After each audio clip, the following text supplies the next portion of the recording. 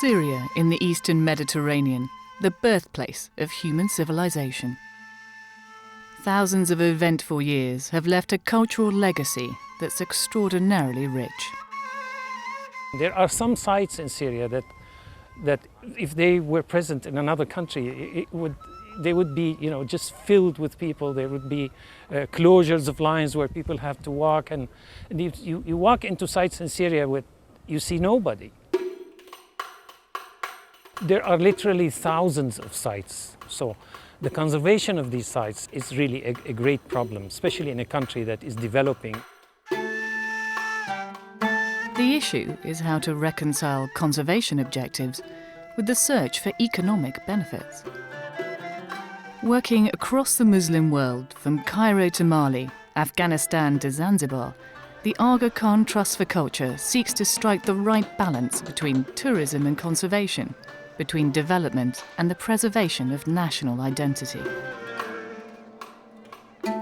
Founded by His Highness the Aga Khan in 1988, the Trust had already established a reputation as one of the world's foremost conservation organisations, when in 1999 it teamed up with the Syrian Directorate of Antiquities and Museums.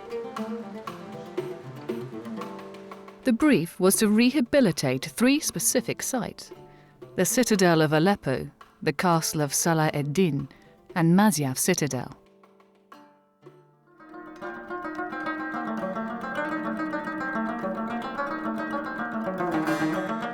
The Citadel of Aleppo in northern Syria is thought to be one of the oldest human habitations in the world. Recognised as a World Heritage Site by UNESCO in 1986, people have been living here as far back as the 16th century BC.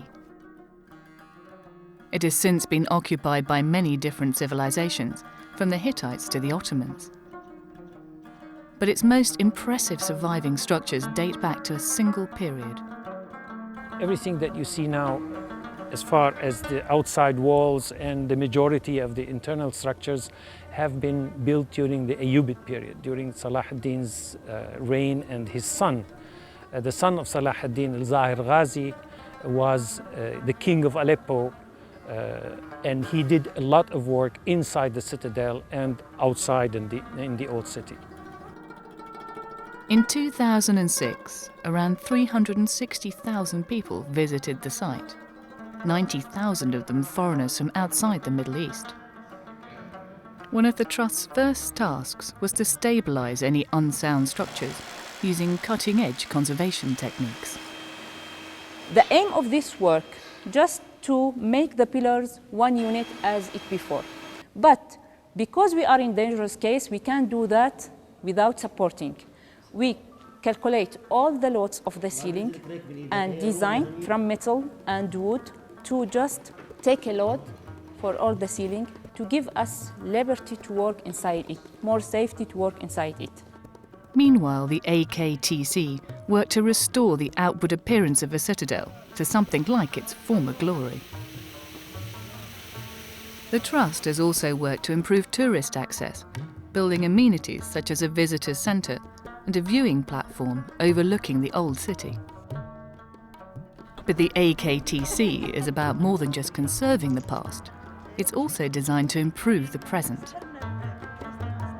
If we work on the rehabilitation of a site, it's not only the stones that we're interested in. We do it in a way that we also reach the communities that are living in the surrounding of that site. So, at Aleppo, the AKTC has improved the outer perimeter of the citadel and parts of the old city itself. Beyond these direct benefits, the rehabilitation has served as an economic stimulus to the entire surrounding area, through training, employment, and the attraction of tourist revenue. By rehabilitating these environments, you create an indigenous economic process. It's not driven by tourism, it's simply driven by improvements in quality of life. People actually trade, they do their own thing in a sense. It's true that tourism is one of the factors, but I think our experience up to now is that it's more important to create that economic dynamic of that community.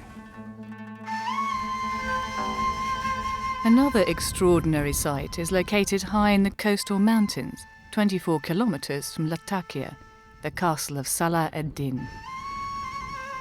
Likely dating from Phoenician times, its history features many influences. What survives dates to the Crusaders in the early decades of the 12th century. The Crusaders built strong defences, notably a great ditch running 156 metres along the east side of the castle. But even this mighty obstacle was no match for Salah ad-Din, who conquered the castle in 1188 or 583 in the Islamic calendar. Salah ad-Din and his successors put their own stamp on the site, building a mosque and a palace with bathhouses and courtyards, as well as a madrasa. Here, as at Aleppo, the Aga Khan Trust for Culture has worked to restore parts of the Ayyubid legacy, while improving facilities for tourists such as toilets, signage, pathways and lighting. Conservation work in the palace and baths concentrated on stabilising the buildings and returning them as authentic ruins, rather than attempting to recreate a past that might have been. We can see here the restoration which was done during the French coloniality to Syria. They used the cement as mortar between the stones. We find that the Portland cement has many problems to the limestone. So our role here was to remove some of the bad interventions, to remove the cement mortar and to put the original or the traditional lime mortar. The site is not well known to tourists. Only around 42,000 visitors came here in 2006. But those who do come often echo the sentiment of painters and poets, both local and foreign, that the castle is one of the most impressive in the world. We came here to learn about our country's history and culture. I think anyone who comes here will want to come back again.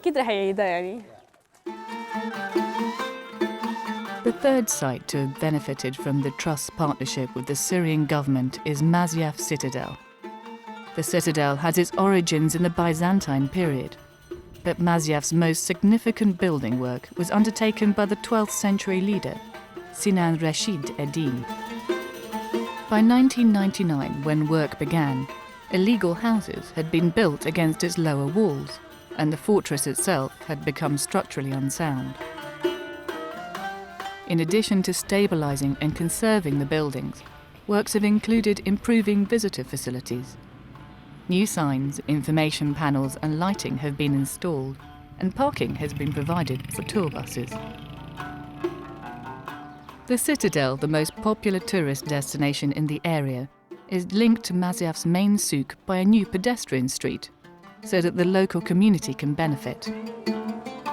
The souk itself has been restored and revitalised through the combined efforts of local businessmen and the Trust. The difference is huge. The souk is more clean, comfortable and more active, and there are many possibilities for walking and shopping. A number of other rehabilitation projects have been carried out in the city to create a critical mass of activities that will draw tourists to stay longer in the town.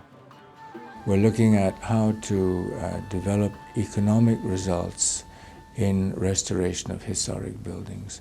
So what we're doing is we're trying to bring out new knowledge or create new knowledge, which then can be used by communities to change and to change positively. What I'm hoping to achieve is the notion that these historic sites are potential economic and social dynamos. They are not frozen, paralyzed historic assets. They are assets that can actually contribute to the quality of life of the people who live in those contexts. Masyaf also provides insights into issues of urban planning, as well as the question of what we preserve and how we do it. How to create the conditions that will encourage residents and visitors to enjoy Syria's cultural heritage without ruining it. Do you preserve the past as you find it, or do you reconstruct it as you imagine it must have been? How to make a cultural site a self-sustaining asset to the community rather than a drain on resources. In the birthplace of civilization, finding the right answers is important to the entire world.